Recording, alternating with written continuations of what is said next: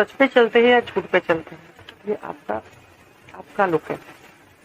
आप उन सदियों से जो आए हुए इतिहास हो गया, अपना रामायण हो गया, अपना महाभारत हो गया, वो पढ़िए मत, उसे सीख लीजिए। लोभ मोह माया ये सब काफी सदियों से बोलते हैं ना कि सजा है, जो आज आप देखते हैं हम लोग टीवी पे, ये तो महाभारत में बड़े बड़े महाभारत हो गए पैसे और सत्ते के लिए, और रामायण में देखिए कि एक धोबी के शराब की वजह से सीता माता को जाना पड़ा, और रावण इतना बड़ा तपस्वी था, महादेव का भक्त था, लेकिन वो उसने सीता का हरण किया।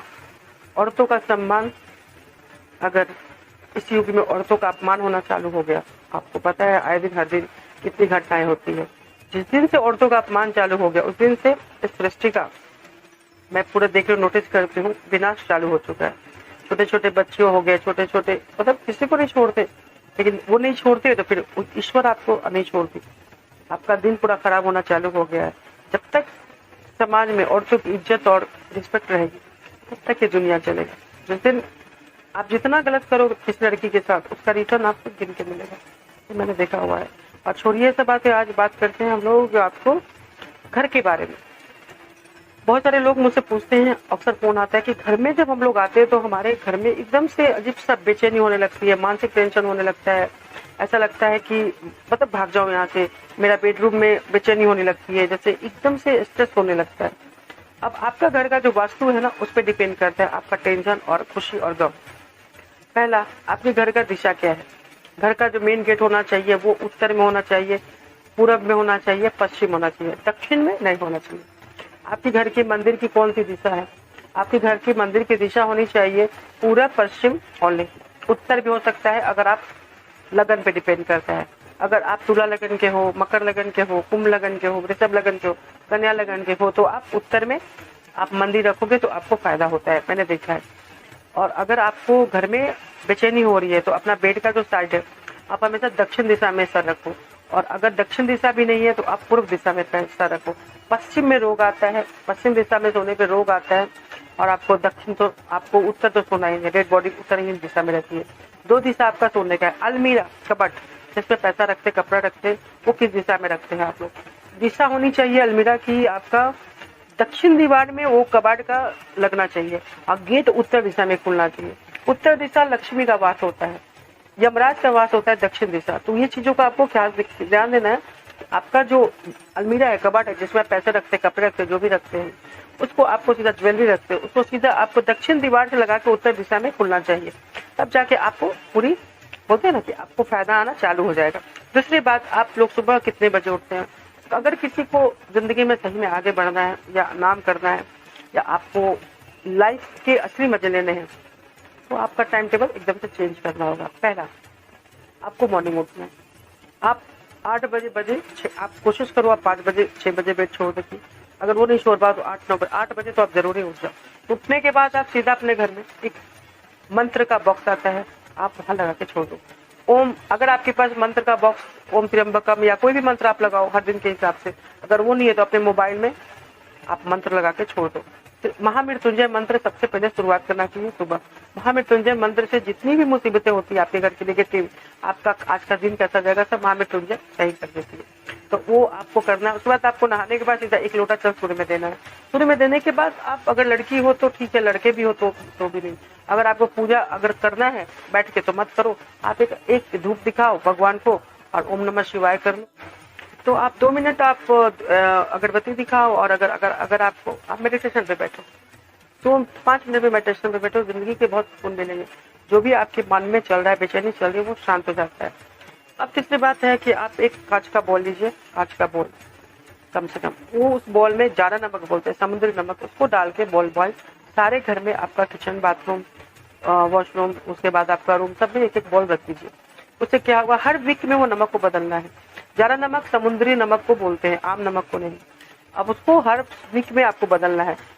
पूरी 1 सप्ताह में वो जो नमक होती है ना, आपके घर की पूरी नेगेटिव वास्तु दोषों को खत्म कर देती है। फिर उसको फेंक देना है, फेंकने के बाद फिर दूसरी नमक भर के वैसे ही रख देना है। इससे आपके घर के वास्तु दोष खत्म हो जाएंगे।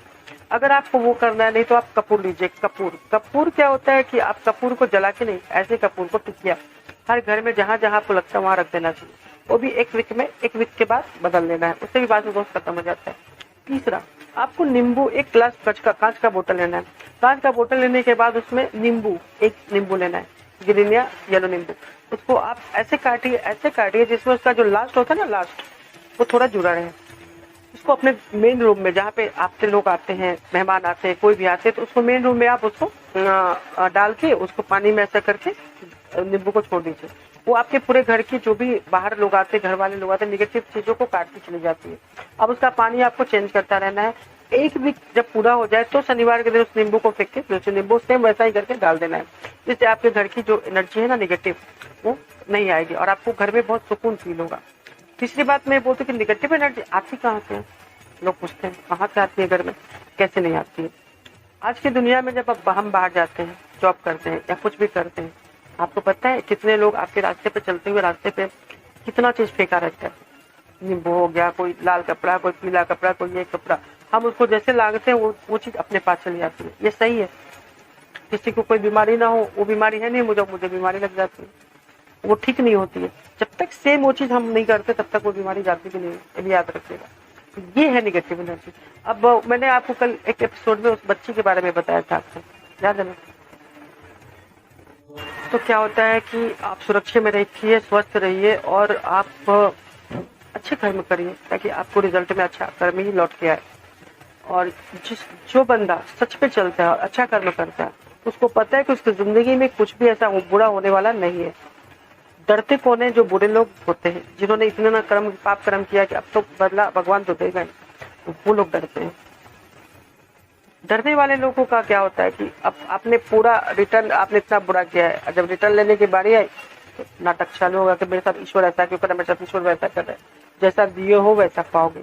आप कहीं भी छुप जाओ, दुनिया के किसी कोने में चले जाओ, आप करोड़ों कमा लो, आप लाखों कमा लो, आप मिनिस्टर रहो, आप प्राइम मिनिस्टर रहो, आप अगर आपने किसी के साथ बुरा किया है या आपने पाप के भागी हो तो आपको ईश्वर सजा देना ही है।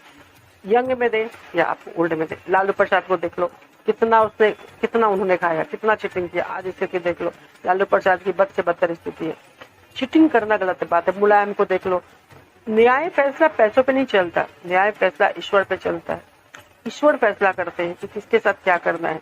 हम सोचते हैं कि कोई देख नहीं रहा है, चलो अब निकल के ये कर लेंगे, लेकिन ईश्वर का कैमरा ऑलवेज ऑन है। वो आपको जो चीज आप करोगे वो लिख के वहीं पे रख देता है और रिटर्न में ठीक आपको मिलना चालू हो जाता है। तो कोशिश करिए अच्छा इंसान बनने की, अच्छा कर्म करने की। लड़कियों की रिस्पेक्ट करिए। समाज में लड़कियों के साथ जो दुर्गति हो रही है वो तो बहुत ही गंदी है। लड़कियों की इज्जत करिए। माता की अगर पूजा करते हैं तो लड़कियों को माता मानिए और रिस्पेक्ट करिए। क्या होता है, लड़की सृष्टि ही शक्ति से बनी हुई है। आजकल की जो शक्ति होती है ना, वो अपनी शक्ति को भूल चुकी है। इसके लिए ऐसे दुर्दशा है। अगर वो अपनी शक्ति को याद रखे ना तो वो अपने रंग में आ जाएगी। तो कोशिश करिएगा अच्छा इंसान बनने की। जय माता दी।